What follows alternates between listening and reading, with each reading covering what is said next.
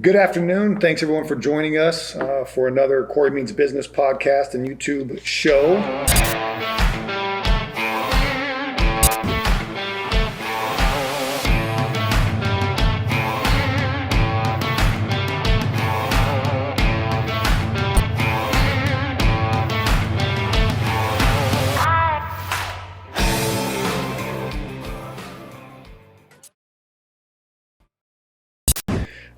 Today's going to be a really awesome show. I think we got lined up for you. We got a guy in here today that's a young guy, 26 years old. He's making moves. His name's Philip Lynch. He owns Phillips Construction out of Tucson, Arizona, and he services Tucson and the surrounding areas.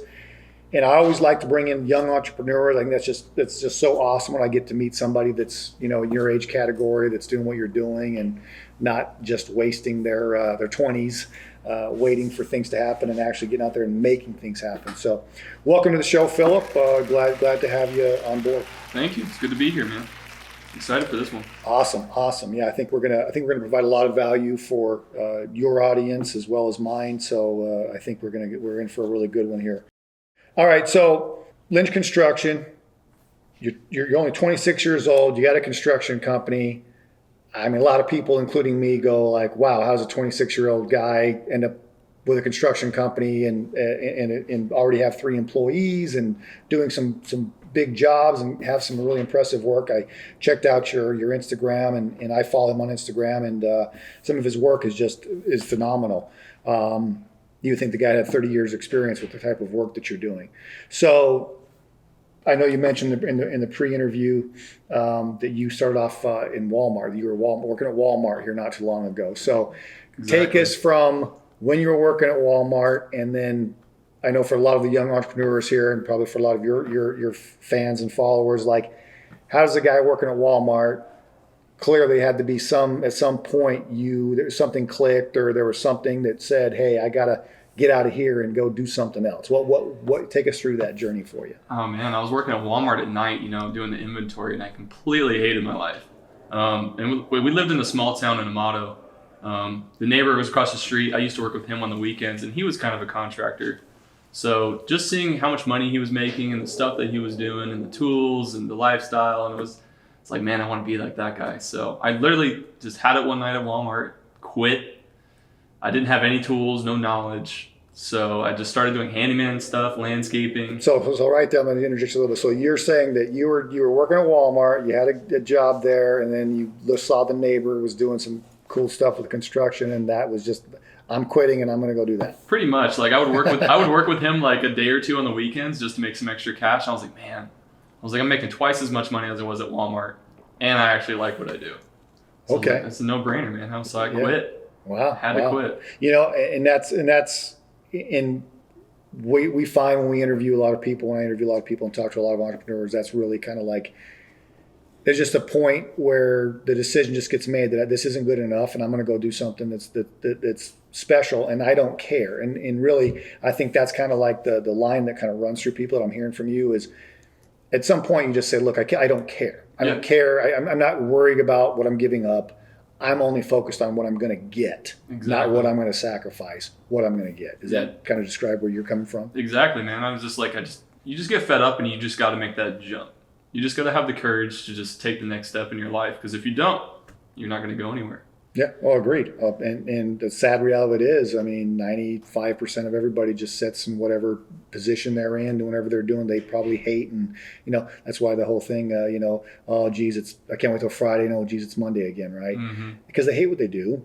And it's always this clock watching and always waiting for Friday and then dreading Monday. And then the cycle repeats itself. And a lot of people just sit there and because they're afraid. They're afraid of losing whatever that is, to then go do what they really want to do and chase whatever their actual dreams and goals are. So it's awesome to see that you actually did that. So, all right. So then continue your journey. So then you go to work, you're working part-time with with your neighbor, doing some stuff, learning some stuff. Did you just have a natural talent for it? I mean, how did it develop as far as your skill set? I mean, I guess I was always kind of handy per se. Right. But like I said, I didn't have any tools. I just had a truck. So I would advertise on the Facebook page, the community Facebook page, and be like, hey, if anybody needs landscaping or handyman services, I'm there. And that's kind of how it took off. And it slowly just started building more tools, watching YouTube videos, learning how to do more jobs, how to learn how to paint, how to do flooring, how to remodel. Literally, YouTube taught me everything. Right. Like, right. Nobody was there holding my hand like, yo, bro, that's not how you do it. Like, no. It was through trial and error and plenty of YouTube videos. Nice. So, and people just started taking us more seriously, and that's how it took off. Nice. And we're not even close to being done yet. Well, at 26, I hope not. I know you're moving fast, but don't be ready for retirement too soon. No. So, all right. So let's talk about what you just said. As far as like the journey goes. Now in my book, obviously, Maximize Your Now. Which is funny when people start. And I don't think you've read my book yet, but people that will literally start quoting things out of my book just through finding it naturally or organically, and I start smiling. I'm like, my book, I have chapters in my book that covers these things. Yeah. But it's rare when people like you will make that connection. Right? And one of the chapters in my book, I talk about how accessible information is in the day and age we live. We all have the entire Library of Congress that we carry around with us. Every bit of human knowledge that's ever been known is in this little device that every single one of us carries. Yep. But it seems that overall as a society, we're dumber than ever, which is a sad state, right? We all carry around the Library of Congress, but we're getting dumber for some reason. Yep. But the connection that you made was to say, look, I want to do this. I don't know how to do this, but I know how to find out how to do this. Exactly. And you use the resources, which YouTube is a huge one. I mentioned it in my book, YouTube.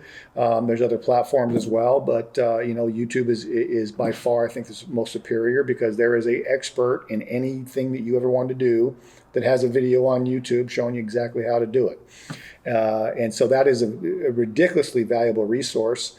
And I'm shocked that people don't seek out knowledge a lot more often. Just like that if you wanted to do something, if you want to chase a dream, if you want to, learn a new skill set, or you want to take the skill set you have and you want to make it better. So for instance, I'm sure with you, and correct me if I'm wrong, but probably as you started to learn how to do things like tiling or, some of the other things that you do. Okay, this isn't what I watched one video and then it stopped. No, I watched a video, learned the basics, started doing the basics, and then you probably went on to more advanced videos or more advanced techniques. Am I right on that? Exactly. Yeah, our skill set has definitely increased tremendously over the years, and that's thanks to YouTube and just knowledge. You have to educate yourself on what you want to make money in. Correct. So yeah, that's pretty much how it goes. Right. You have to evolve in this business, or you're just going to get stuck like everybody else. Well, you have to evolve. I mean, the bottom line is, you have to evolve in every way. If you're a business owner, or if you're a professional, or any of you always have to be getting better. You always have to be evolving. You always have to be learning. Your skill set has to increase. I tell all my people, every day, I said, look, I'm better. I've been doing what I do for 25 years. I'm better today than I was yesterday. And guess what? I'll be better tomorrow than I am today because I'm going to intentionally, not accidentally, not organically, I'm going to intentionally seek out some new bit of information or focus on increasing some skill set that I have. Like today, we talked about how I was getting ready to fire this person that works for me, and a year ago, I would have just fired her. I would have fired her instantly. That'd have been it. I would have dealt with whatever the repercussions would be as far as, the disruption of my business. But I would have fired her, and I would have been right to do so. But right now, I took a step back and I said, look, I've got to be a better CEO. I've got to be a better businessman, a better employer in this position, and let me just at least run my thought process by a trusted manager that I have in my organization. And so I called one of my managers, and I consulted with them about, I want to fire her. Should I fire her? What do you think? And I got the feedback. And a year ago, wouldn't have ever done that. I'd have been like, I don't need anybody's fucking feedback. Yeah. Fired, get a replacement, get an ad running. We'll find somebody by tomorrow. But today, said, no, there might be a superior way to handle that. Now, ultimately, I might have come back and made the decision to fire her, but instead, I at least increased my skill set as a business owner and as an employer to say, hey, maybe I need to put another step in. The good news for the employees is that she still has her job, because my manager did give me some feedback and said that there's another way. So it's being taken care of right now. So see that is proof of a ever evolving skill set. And even if you've been doing something for 25 years, and I've had employees for 25 years, I'm still becoming a better employer. I'm still becoming a better CEO, a better manager. Because if I stop that and I just stay stagnant, like you just said, you start to go backwards. In business and in life, there is no such thing as just, I'm going to cruise and just keep on this plane I'm on. It doesn't happen.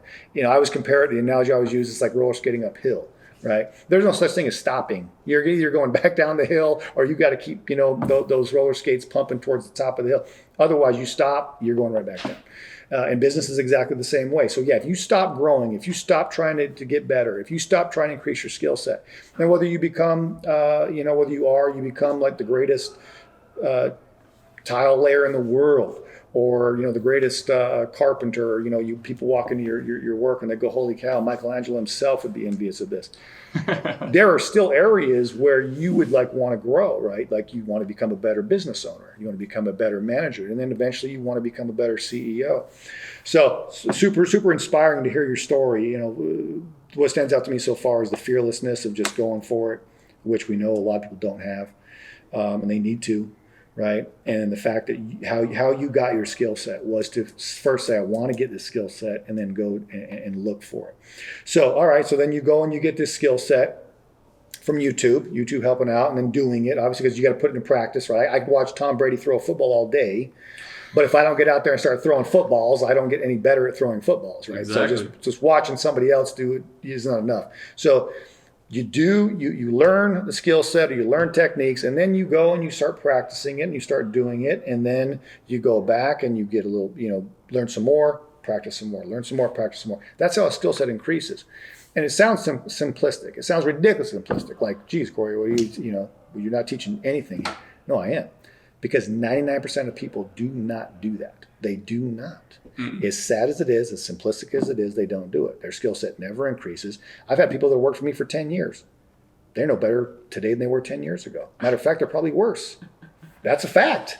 And that's with me all day. Like, why aren't you improving your skill set? Why aren't you improving your skill set? Imagine if they didn't even have that, So yeah, the skill set improving, and you never stop learning. So that's awesome here. Okay, so then you start learning from YouTube how to do this stuff. You get doing it. You started out with just your truck and you odd jobs, and you say that kind of grew into it. So so you got your truck, you're doing odd jobs, you've got a little ad running in the local paper or whatever it was, a local billboard, right? I just dated myself, paper. What's a paper? So you're running these little ads for side jobs, pretty much taking anything that comes your way just so you can hustle up some money. Exactly. How do you go from that to where you are now? We live in a small community down in Cerritos, so it's just word of mouth. So it's like, hey, Phil did this for me. Phil did this for me. He's doing a great job, getting bigger jobs, doing this. And it's just exposing yourself as far as you can with as many people as you can. Right. And then networking, basically. Yeah, networking with realtors, other professionals, HVAC, plumbers, just anybody, friends, family.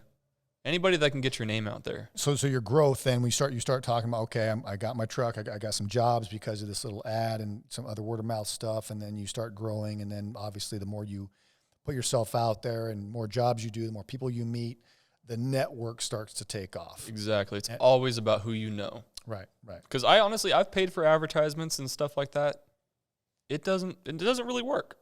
I found that social media, Facebook and Instagram, and just networking word of mouth, that is everything that anybody needs. I may enlighten you on some of that as far as, that's not everything everybody needs.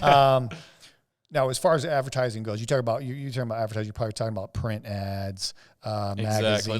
Like you said earlier, the paper, I've tried that. Correct, and stuff like that, but I haven't, but we've been doing so well just with word of mouth that I haven't really necessarily explored all of the advertising. So I'll take that back, what I said about advertising. There you go. I'm sure there's plenty of things that I still haven't tried that would benefit me, and I'm actually going to be looking to do that pretty darn soon. Well, you're onto it. You're onto it. The bottom line is, and again, my philosophy when it comes to, when I train businesses on how to do their marketing, I'm the first proponent to say, look, TV is dead. unless you're running Super Bowl ads, TV's dead. Yep. Radio, nobody listens to terrestrial radio anymore. It's dead. And it's just the bang for the buck isn't there. As far as print ad goes, again, same thing. Can you send a mailer to a specific zip code and get a few leads? Sure, but it's expensive, and there's a lot to it.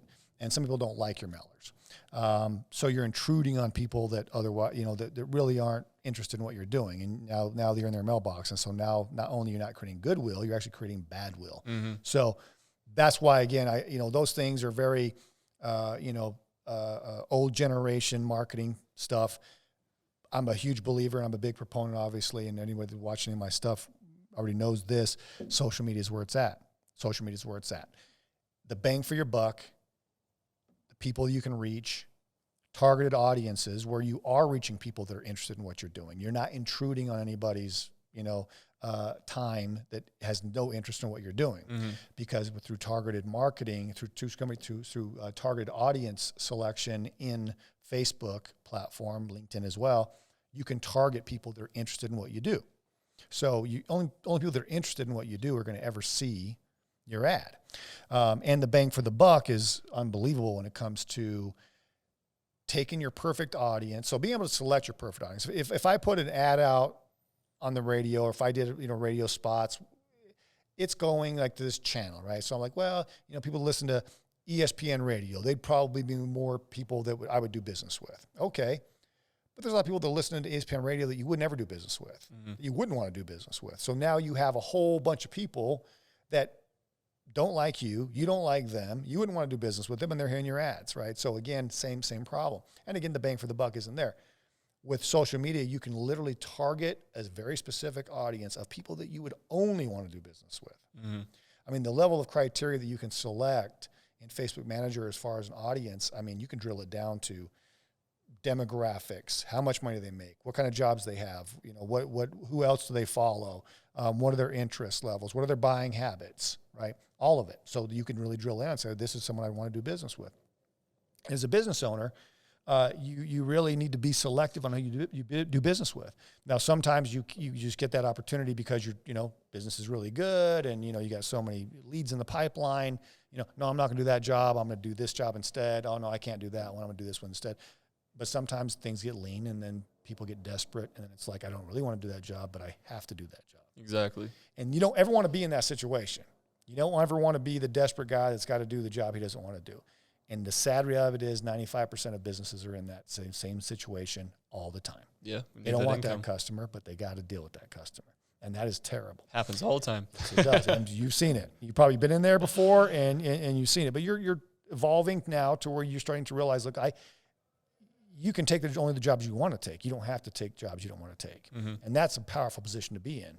And the proper marketing really gets you in that position. And that's really what it's about. It's about filling your pipeline with only people that you would want to do business with and eliminating everybody else, right? Mm-hmm. And with networking, and networking's powerful. And again, I'm not saying shouldn't be part of your marketing arsenal. It absolutely should.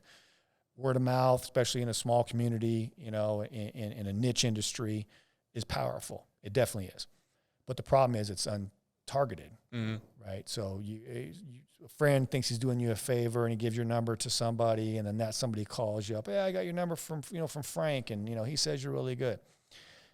Okay, well, I'll come over and bid your project. And you go over there, and you're like, okay, cool. Frank got me a lead, whatever. And you go over there, and this person's a disaster, and you're like, I don't want to do business with this person. But now they know Frank, and then it's like, well, if I refuse the job, they're going to tell Frank, and then Frank's going to not think good, and then Frank's not giving me any more leads. I mean, so it's a slippery slope. So while it should be a part of your arsenal, it shouldn't be the whole arsenal, right? So targeted social media is definitely, advertising there, definitely way to go. And again, it doesn't cost big money. I mean, if you spent $1,000 a month on Facebook ads, you'd be in a market like Tucson, Arizona, you'd be killing your target audience. Well, that's actually what we're going to start doing next month.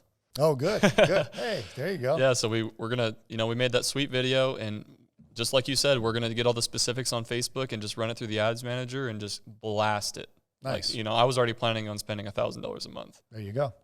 But I think the return's going to be pretty sweet. If it's done right and the targeting is right and your audience selection is right and the ad, the way it looks, the way it feels, there's elements to it. And if they're done right, then yeah, $1,000 will get you in front of a ton of people. You'd be shocked. You got to help me out, man. Well, that's what we're here to do, right? So you know which again, $1,000 if you were to throw that at radio or TV. I mean, TV wouldn't even get you on at all. If you were to throw it at radio, you might get like once a week, like 25-second spots here and there on some radio stations no one listens to, and they wouldn't be anywhere near your audience. Mailers. I mean, you couldn't even. I think you might could hit. 1,000 houses for that, for $1,000, $1 a house, maybe even a little more than that, $1.25 a house. So if you spend $1,000 on mailers, let's say, which a lot of people in your business do, my mailbox is full of construction stuff all day long. They spend $1.25 to make me look at that. And I'm like, right? Because it wasn't targeted. They don't know that I want their services. But if you do it through social media, it is somebody that's targeted. It is somebody that wants what you do or is interested in what you do enough to interact with you, right? So I get these mailers, I throw them in the garbage. I don't interact. Social media, I would like it, I would follow it, I would share it, right? I mean, there's all these things you can do on social media that you cannot do with any other form of advertising. So social media advertising is where it's at. And if you do it right, again, for $1,000, you can make some unbelievable moves with it. One thing I did like we talked about in the pre-interview, you're really getting a good grip on social media and how it works, right? We talked about a little bit, the personality thing, right? And this is one of the things that I preach to small businesses all the time. You have to be personal. You have to bring your personality to it. You just can't just post pictures of this and that and think you're going to get anywhere with social media. Nah, people love to see the raw footage. They love to see your personal life. They love to see behind the scenes. They love to see the mistakes. They love to see the funny stuff. I mean, they just want to see it real. Right. So that's what I try to give. And I still have a lot of improving to do. I'd like to give a lot more videos or DIYs or, just advice, stuff like that. But I think we're getting there slowly. Yeah. Again, some of your videos are great already. And, you're just getting started, and some of your videos are really, really spot on. So the rules when it comes to, just for our audience, the rules when it comes to social media and how much you share personally. Now, you don't want to be putting, pictures of you and your buddies doing shots, on your business Instagram page. Okay. Beer, it's fine, right? Yep. Beers are cool. Beers, no shots. Just don't get sloppy, don't get sloppy. Because we all know what's going to happen once you start doing shots. It ain't going to be pretty, man. No. So, and then the stories get weird, and then, I don't know. Some people are into that, but then, probably some target customers would not be cool with that. Yeah. So personal, as far as values go, right? So family, things like that, huge. Like, so if you got a family and you want to showcase you and your family are having a barbecue or a celebration for Thanksgiving or Christmas or whatever, that's great. That type of personal is wonderful. Whatever showcases like your core values as a person would then transform that into your business person, because we all know, as you are as a person is how you are as a business owner as well. They're not divergent. So that personal is good, where it's, hey, this is my core values. This is what I believe. I'm a family man. This is I hold myself to these ethical standards and these more moral standards. And then that way you're showcasing that to your customers and to your potential customers, because they say, okay, this is the type of guy that I'd want to come in my home and do a remodel, So those things are awesome. Videos obviously trounce pictures all the time. So any videos you do are always going to play better on social media than pictures are going to play. Pictures have their place, but video is really where it's at. And again, you hit the nail on the head. Teaching really is what you really want to do with it. Even if you're giving away free content, I charge businesses and banks lots of money for the advice I'm giving everybody for free right now. And I'll still give it for free, and I'll still charge a ton of money, because you can do both. Because a lot of people, whether you teach them the whole thing or not, they still want you to help them with it, or they still want you to do it for them, which is even better, right? Because when you want, come help me lay my tile, I pay you one rate. Come lay my tile, I pay you a lot more. So ultimately, you want to teach people maybe how to DIY. So they can if they wanted to, but then it's like, well, should I go through all that, or should I just have Philip come over and do it for me, right? Exactly. And so then that goodwill, though, that you put out, even though you're saying, I'm going to teach you how to do this for free, and if you want to knock it out, there it is, right? There's what I do. There's still a tremendous amount of people that are going to be like, heck no, do I want to do that? I mean, he's coming over. I want him to come over and do it for me. But the goodwill itself, the fact that you're willing to do that and be that helpful, shows your audience, shows your customers that you're going to go above and beyond when it comes to deliverables, that when you go to deliver your goods or services, you're clearly already providing free stuff. You're clearly going to make sure that, you know, everything's right. And that kind of goodwill, again, is absolutely priceless when it comes to a business. So yeah, absolutely. Do videos of teaching people stuff. Also too, like, you know, teach them how you did this or how you overcome some difficulty. Maybe there was a, you know, I'm sure when you get into these older homes, you probably find all kinds of crazy things in there that you were like, oh wow, we didn't know that was in there, and now you got to work around. So showing that how you solve that problem is huge too, right? Because a lot of people, you know, so let's say someone sees your new Facebook ads and Instagram ads you're going to run next month, right? Mm-hmm. Like, you know what, I've been thinking about remodeling my house, but you know, I got a kind of an older house, and I've seen the horror shows on you know, HGTV of, you know, them opening something up, and oh my God, now it's going to be $10,000 more and $15,000 more. And so people have anxiety about that. They really do. And so they'll forego a remodel just because they're afraid of what's in those walls, right? Maybe somebody bought a house that it was, you know, built in the 70s or 60s, and they're like, I don't know what's in those walls, but if I have him come over here and tear them open, and he's like, holy crap, we didn't know that was in there. Well, that's going to be 20 grand more, right? That's kind of the fear that people really have. So addressing that stuff and, like, you know, showing some videos of how you overcame that, or how it wasn't as bad. It looked bad at first, but we developed this workaround, and because of that, we were able to save the customer a bunch of money, and it wasn't as scary as it originally looked, and there's always a solution. You know, things like that I think would play awesome on your social media as far as like videos go too. You know, as far as your marketing goes on your social media, I love the goodwill of giving away bikes for Christmas. That's awesome. And I want to get in on that, by the way. Donate some bikes to you, or Sweet, man. Donate some money or whatever, and make it 20 instead of just 10. And that'd be awesome. That would be cool. Yeah, things like that for your community obviously shows goodwill, and it shows, again, it proves that moral fiber, that ethical fiber that you have as a person, which is going to translate to how you treat your customers, and more importantly, how you stand behind your work, mm-hmm. right? Because that's most buyers' fear, is like, you know, are these people going to stand behind their work? Am I going to get ripped off? You know, are they going to do a bad job and I'm going to be stuck? You know, and then I'm going to be chasing this guy around to come fix the problem. You know, that's, you know, especially because you don't know this, but I deal with a lot of contractors, right? The banks that I represent in going into these distressed businesses, a lot of them are contractors. I could tell you horse after horse after horse after contractors, and you've only been in business a few years. You probably know many already. Oh yeah. There's some great contractors like yourself out there, and there's some thieves out there, and there's some incompetent people out there that aren't thieves, but they're just going to screw it up. And mm-hmm. you know, and he's got on his social media, on his Instagram, which I love, you know, which is he's the number one contractor in quality. And he also, you know, has on there that good work isn't cheap and cheap work isn't good. And that's absolutely factual. And, you know, and I think people know that instinctually, but they get lost in chasing the deal and chasing the discounts, and this guy's going to do it cheaper than this guy.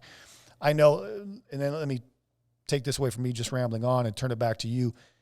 So when you go to a job and you have a customer and the customer's getting multiple bids, and you know that some of those bids aren't, you know, are less than yours, right? Mm. How do you go about that? How do you deal with the customer? Like, how do you walk yourself through that situation? I mean, it really comes down to specifics, like what materials they're using, how thick are they putting the material on, or their applications, or are they a licensed contractor? You know, just stuff like that, or their appearance. Like, we got the nice trucks, we got the shirts, the jackets, everything like that. Are they coming to your house with a truck covered in paint? Because we're not going to. Right. Just things like that. You have to separate yourself and just make the customer feel like you are better than the other choices. Right. And like you said earlier, it's like, you know, good work isn't cheap and cheap work isn't good. Right. Right. I've had numerous customers call me back and they're like, oh shit, Phil, I should have called you. Right. Like, this guy I saved like $500, but this guy's just ruining it. And he took my money and ran, or some shit like that. It happens all the time. Sure. So it's crazy, man. Oh yeah. Again, and that's, if you go on contractors board and you start looking up contractor licenses and you see all the complaints and the lost his license and the bond got hit and everything else. So yeah, it happens a lot, and people are fearful of that. That's why, again, it's very important on your social media to showcase why you're trustworthy, why you can be counted on. What did you do when you found a problem, right? Because some of these other guys, they get in a job and they've underbid it, and they know their profit margin is razor thin, and they say to themselves, man, if there's one hiccup here, I'm going to lose money doing this job. And sure enough, there's a hiccup, because there always is. Yep. And so now they're like, oh shit, I just made this job. If I fix it right, or if I do it right, I'm losing money doing this job. And I know with contractors, that's probably the number one Achilles heel that they have, as far as, these guys that are going to underbid jobs or try to bid them so razor thin, just trying to rely on their low bid to get the job for them. One hiccup and you're screwed. And not only are you screwed, the customer's screwed, everybody's screwed. So that, again, I think as far as your social media goes, really showcase that stuff. And again, teach that to people, because there's a lot of buyers out there, and a lot of people that are going to be your target audience that are going to say to themselves, like, you know what, I've never had a home remodeled before. And that's a scary process, because let's talk about it. I mean, someone's going to come to my house, they're going to rip everything apart, and they're going to replace it, and I hope it's good. They say it's going to be good. They show me pictures of somebody else who was good, but will mine be good? Mm-hmm. And if there's a problem, what happens? And so a lot of people that have the money to get a nice remodel, are willing to get a nice remodel, have these apprehensions about it because of the process and because of bad people in your business and people that have done bad. I had the same thing, when I go into a new bank or new financial institution and pitch them on, servicing their assets.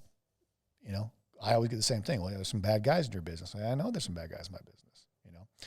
So let's talk about those guys. And don't be afraid to talk about the bad guys and what makes them bad and what to look for. And so I think a great training video that you could do on your social media would be like, hey, here's how to spot a bad contractor. Here's how to spot someone that's not going to do a good job. Here's what you look for. And you want to talk about something that would play huge on social media, blowing it up organically. You could boost it. And man, talk about really driving home the point of why people should pay more. Because I'm with you. I mean, I'm not cheap. First thing when I walk into a new client office or a potential new office, and I meet them, first thing I say out of my mouth is, I'm the most expensive there is, right? That's what I tell people. I'm like, usually, I'm like 10 out of 10. We are more expensive than everybody else, but here's why. I tell them right off the bat. I just went to roof bid yesterday, and I told the lady, I was like, we're not cheap. I was like, but you get what you pay for. Right. I was like, and you won't regret it with us. Exactly. So, the biggest thing with contractors, their biggest flaw, I still kind of have to do it once in a while, too, because it's so competitive. We always cut ourselves short. And when you cut yourself short, you rush it, and the job doesn't get done right. So it's like, why don't we just all charge what we want to get charged? Right. And then we don't have to worry about it. Stop undercutting each other. Could you say, hey, we stop undercutting each other. We're all going to get a piece of the pie. There's enough pie to go around for everybody. So, let's not do this, but good luck. Yeah. The world's not perfect. The world does not work that way, unfortunately. It would be great if it did, but it unfortunately does not. And so when you're in an industry, again, like I am, where you have this element that's people are always going to question you because of them. Mm-hmm. Yeah. Being proactive with it and just getting it out there and just saying, hey, look, get the elephant called out. There's elephants in the room. You might as well just get it in front and center right now to start before it ever becomes an issue, and just say, hey, here's, some of my other customers or some of my clients always ask me this question, what's the guarantee I'm going to do a good job? Mm-hmm. Because I've heard horror stories of other contractors screwing it up and then taking off with the money, screwing the job up and then leaving and not coming back. How is that not going to happen with you, right? So that's a big deal. Just address it, and then again, address the price point. It's because they underbid, they undercut, and then that led to them being desperate fools that had to make you a victim. Exactly. And I think a lot of the thing is homeowners don't really get educated, and I think as a contractor, it's kind of part of our job to educate our customers. Right. Like, say you want to get your house painted. You can get a bid for $1,000 less than mine, but how much paint is he going to put on your house? You won't know the difference. He can use 20 gallons on the outside of your house, and I'll use 40. You won't be able to know the difference, but the longevity of that paint job relies on the thickness. Right. So I can be he can charge $1,000 less, but you're going to end up paying twice as much because that paint's not going to last as long. Right. So that's what I have to explain to customers. Right. So. And again, you should be transparent like that. And again, one of the things that I teach as far as, because now we're talking sales, okay? Because we go from marketing, which is getting leads, to you going out to bid the job, interacting with the customer. Now we're talking about a sales process, right? And in the sales process, you have an option A and option B, usually is how it works, right? There's an option A and option B. And you said, we'll use the example you just used, which is the paint. Like option A is, 40 gallons, double coated. It's going to be twice as thick. It's going to last twice as long, twice as good. Or you got the cheaper one, which saves some money. It's true. There's a benefit there. You save some money, but it's going to be half as thick and it's going to last half as long and it's going to wear out twice as fast. Mm-hmm. And as the salesman in that situation, you got to be okay with whatever they decide. Because ultimately, they're going to do one or the other anyway, so you might as well be okay with it. But just present it honestly and just say, look, there's this way or there's this way. This has benefits, but it's more costly. This has as pitfalls, but it's less expensive. Which one do you prefer? And if you don't want to do this kind of work, which I don't, when I pitch people or I pitch banks, I say, look, there's two ways you can go about this. My way, which is the expensive way, but it has these benefits to it. Or you can go the cheaper route, which again is cheaper, but it has these pitfalls. And I'm fine with every one you choose. Which one would you like? And then you just let them pick. Mm-hmm. And if they pick the one that you're not going to do, you say, hey, you know what? Great. Not a problem. Hey, been a pleasure meeting you anyway. Looking forward to coming back and checking out the work and, making sure. And if there's any questions you have about it, give me a call. And I always leave off with, hey, if you have any questions at all, call me anyway. Just ask me a question. It's fine. I don't mind. And just that little bit of goodwill. What's funny is I've walked out of so many boardrooms and so many offices of people that, in their minds were high powered. No insults to my clients. Shaking their hand saying, we can't do business, but call me anyway if you have questions, because I still want to be here for you. Even though we're not going to do any business, I still want to be here for you. I still want to be a resource for you. Mm-hmm. I walk out. My phone rings almost every single time. Says a lot.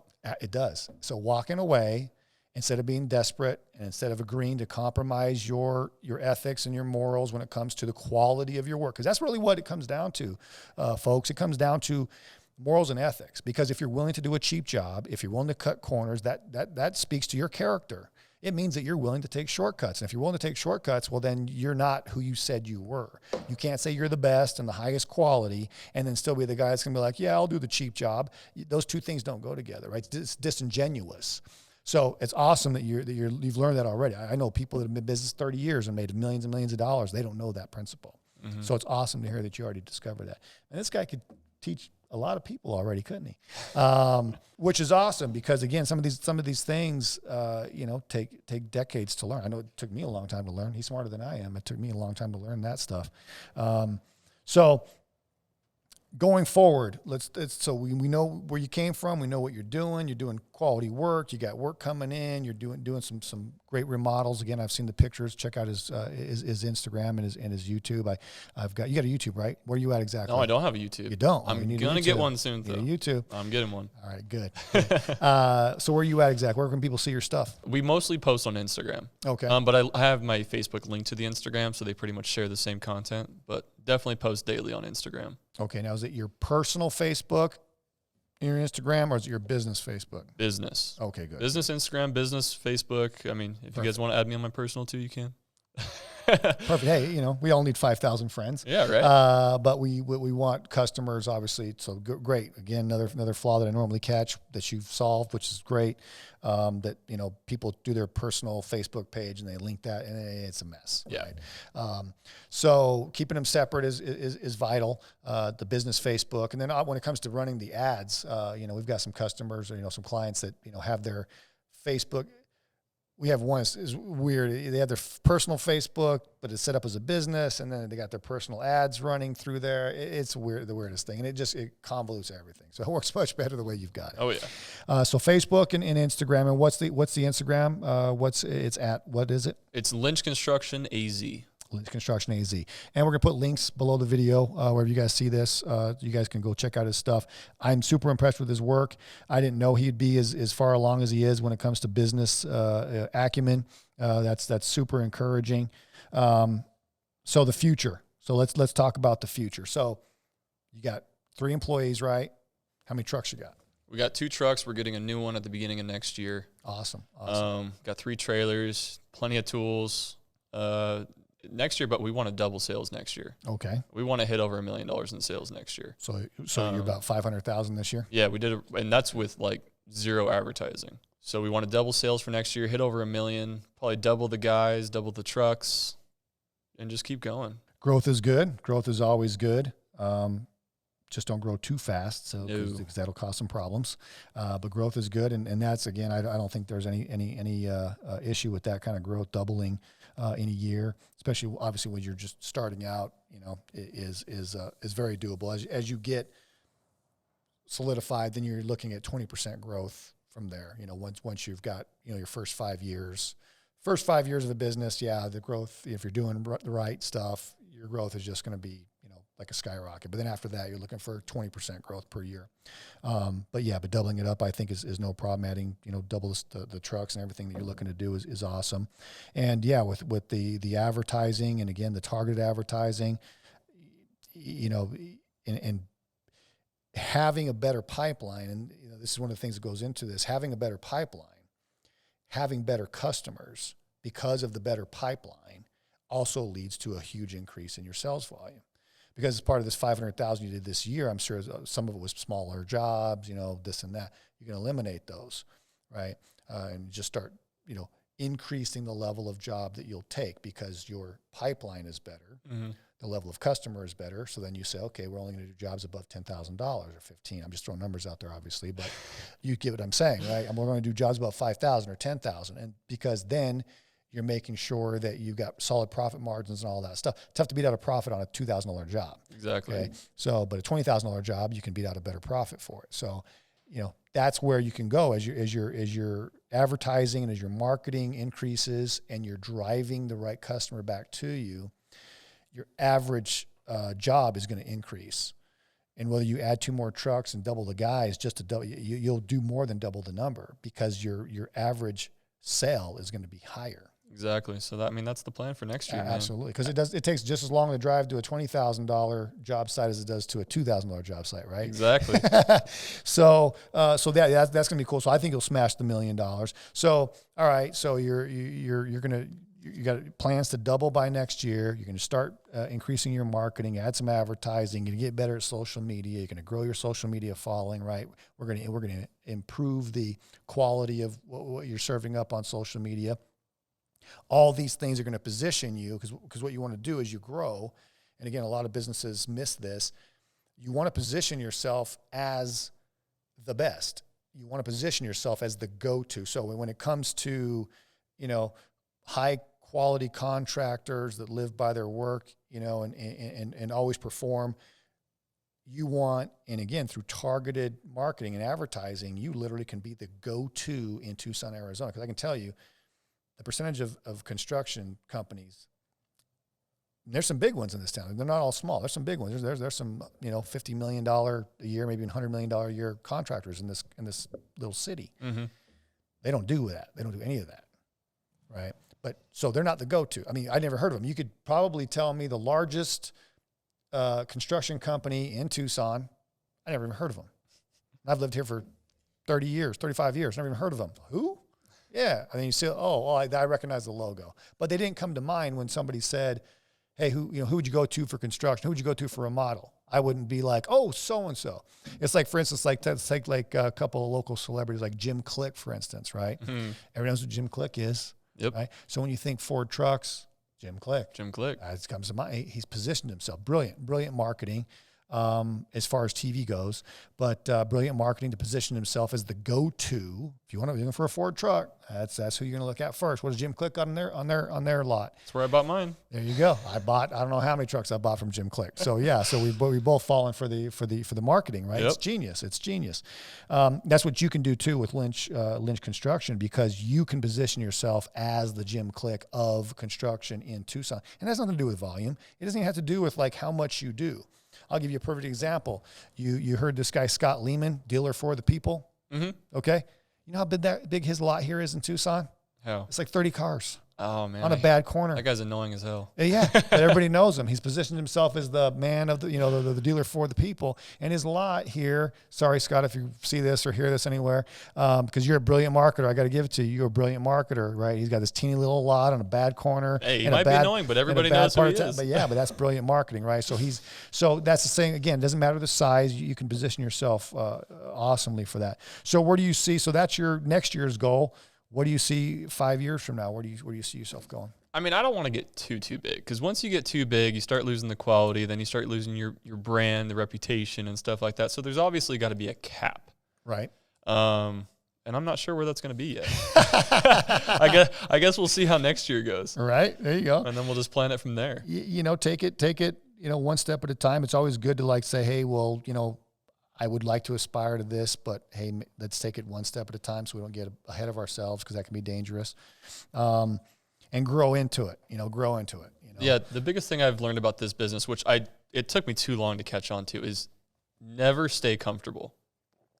You got to always be grinding and just chasing that bigger dream, what's your goal? And then you got to figure out the next goal, and you cannot stop. You just can't stop. Right. Because once you stop, you failed. Well, you stop growing. Yeah, you stop growing, and then you're just stuck. So that's me. I just finally got off my ass, and I'm not stopping. Right. That's awesome to hear. Well, I'm going to be following your journey, and it's going to be amazing to watch. So one other question I had as we wrap this up is, and this is important. I know a lot of people always ask this question. You're a young guy, and I know a lot of the people you grew up with, you probably, as far as a businessman goes, you've kind of outgrown them. Business mindset as well as financial mindset. How does that affect those relationships? What do you think of like how your circle is and how it was and where it's going? Circle has definitely changed a lot. Everybody that I went to high school, I only stay in touch with just a few, just because they're different drives in life. They're just not, I guess, motivated. Right. But I had a kid at 16, so I had no choice but to grow up fast. Yeah, I had to grow up real fast. So, right. But them, they're just they're comfortable. So, and I'm not. So I've definitely changed my circle. I surrounded myself with more energetic people, more driven people, more professional people. So yeah, I kind of left some of them in the past. And it's a natural part of the process, and it happens for every entrepreneur. If it doesn't happen, it should happen, right? And again, it's a good thing. It's not a bad thing. And I see a lot of people that hold on to old circles as they start to come up in business and as they start to take their careers and their professional path more seriously. They hold on to these old connections and these old circles. And again, some of those people, again, I'm not trying to just knock on those people, because some of them are they're good people.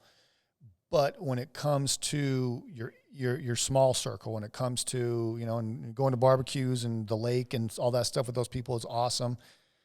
But when it comes to your circle of influence, when it comes to people you're going to let into really what's going on and really discuss serious things with, that circle's got to be small, and it's got to be made up of people. You don't want to be the smartest guy in that circle. You don't want to be the dumbest guy either, right? Mm-hmm. So you want to be like in the middle. And when you find yourself being the smartest person in that circle, it's time to change circles. And just because that's going to force you to keep growing. Mm-hmm. Force you to keep growing. You're never the last guy, but you're never the first guy. Next circle. Next circle, next circle. And hopefully some of those people come with you. Some of those people want to come with you and go on that same journey, because that's awesome whenever you can, have friends and family that you spark something in them, or they look to you as a mentor, and then they start, elevating. But you got to be careful, because some of them, they may seem that they're coming along with you as far as they're going to hold themselves accountable to a higher standard as well, but then they don't. So it's kind of like one of those things too. You got to kind of look out for. Well, I'm super excited about what you got going on, man. I'm a big fan of your work already. I love what you got going on the social media stuff. You're some of the stuff that I have to teach 50-year-old people that have been in business 25 years, you're already onto. And I think that's going to translate into some really fantastic things for you and your company and your family and the community, because obviously at the end of the day, you're changing lives when you remodel these homes, and whether it's for a flipper and a new family's going to move in and enjoy it, or whether it's somebody that you did the work for directly and you're going to change their lives and their families' lives. I mean, that's huge. So you, as you grow and you, as you go on your journey, you're also taking people with you, and the people that, and again, that's a big thing for business owners to understand. You are directly attached to your customer beyond just like, here you go, here's the thing you bought. No, you could be affecting the rest of their lives, and you got to take that seriously. Take that seriously. No, we love it, man. I take big pride in leaving a mark. Just the experience. We just want to give people that experience that they're not going to forget. Awesome. That's it. And that's really what it's all about. And when I transitioned, I was in business a long time, and I was always one that was just drive and determination alone was going to carry me. And it did for a lot of years, and I made a lot of money with drive and determination. But it wasn't until I grew and made the connection of just make all my worries be about my customer, make all my worries be about my client. Just make sure that they get what they need. And the second that I made that my focus, I started making like 10 times more money. And I never had to worry about money again. It just started flowing to me. Mm-hmm. And all I did was just say, look, I'm going to stop worrying about trying to make this much money and I got to do this much work to make this much money. I just said, I'm going to help as many people as I can help, and I'm going to give them the best that I got in that help. And then I'll let the money take care of itself. And the second I did that, and again, don't get confused that I'm saying just give away free work. I'm not a proponent of free work. Charge the most. That's my philosophy. Be the highest price, but earn it. Mm-hmm. Deserve it. Deserve that high price. Charge the highest price. Be the most expensive anything. I talked about it with a guy yesterday about burritos. I said, hey, if you open a burrito shop, the first thing you'd want to do if you open a burrito shop is you'd want to look around and you'd want to say, I want to find out who has the most expensive burrito there is. Mm-hmm. Period. Like, what is it? $40, $50, $25? But what's the most expensive burrito? And then you go ask yourself, okay, what makes that the most expensive burrito? Is there quality attached to that? And if there is, and they're getting that much money, then I can get $1 more. Mm. All I got to do is be a little bit better. Just be a little bit better. And then you can be the highest price anything. And that's really so again, always charge, but earn it. And again, always give more value than you charge. So if you charge $100,000 for a job, give $110,000 worth of work. Mm-hmm. Not materials, work. Well, that could be just in something you did special, or double check customer service. I mean, in most businesses, especially in construction, check out on customer service. Like, yeah, I did the work. Here it is. Yeah, it's this piece of plastic. Isn't it perfect? Yep, just like I said, matches the schematic. Look at that. Exactly. Pay me. Mm-hmm. That's not customer service. Not right? At all. Not at all. Mm-mm. So making the customer feel special.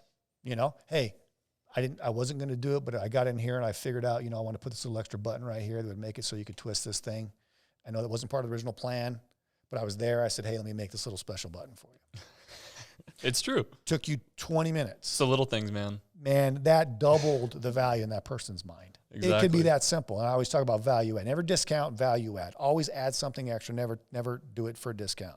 Say it's going to be the most expensive, but I'm going to do a little something extra for you. Mm-hmm. And just value add. That's people love that way better anyway than they do the discount. People don't really like discounts. Buyers, listen to me. You don't like discounts. You don't want discounts. Pay higher. Demand higher. Demand you pay higher. If the price is too low, say, hey, your price is too low. You got to charge me more.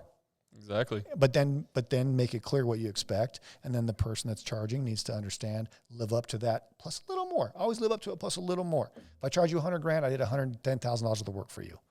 That's the way it always is. $1 million, I did $1.1 million worth of work for you. That's the way it has to be. And if you go through business like that, if that's really what your business mantra is that I always do more than I was paid for, and I charge the most, but I still do more. You can't lose. No. You can't lose. Can't. Been awesome to have you on the show, Philip. I think Philip's gonna be one of the ones we want to have back. I always say that though, right? We always want to have everybody back. I want to have everybody back because I want to, a year from now, I want to say, man, what happened the last year? Oh man, I'd love to come back. That'd be awesome. It'd be awesome, and we can do some other things too. And again, hit me up on those bikes, man. I really want to do that. I want to get the bikes. I appreciate money, it, bikes, whatever it is. Sounds good. All right, brother. Thank you so much for coming on. Thanks, man. Till next time, like, share, subscribe. Wherever you're seeing this here is, share it. You know how valuable this was. Let's help some people. Share it. And if you haven't subscribed, please subscribe. See you on the next one.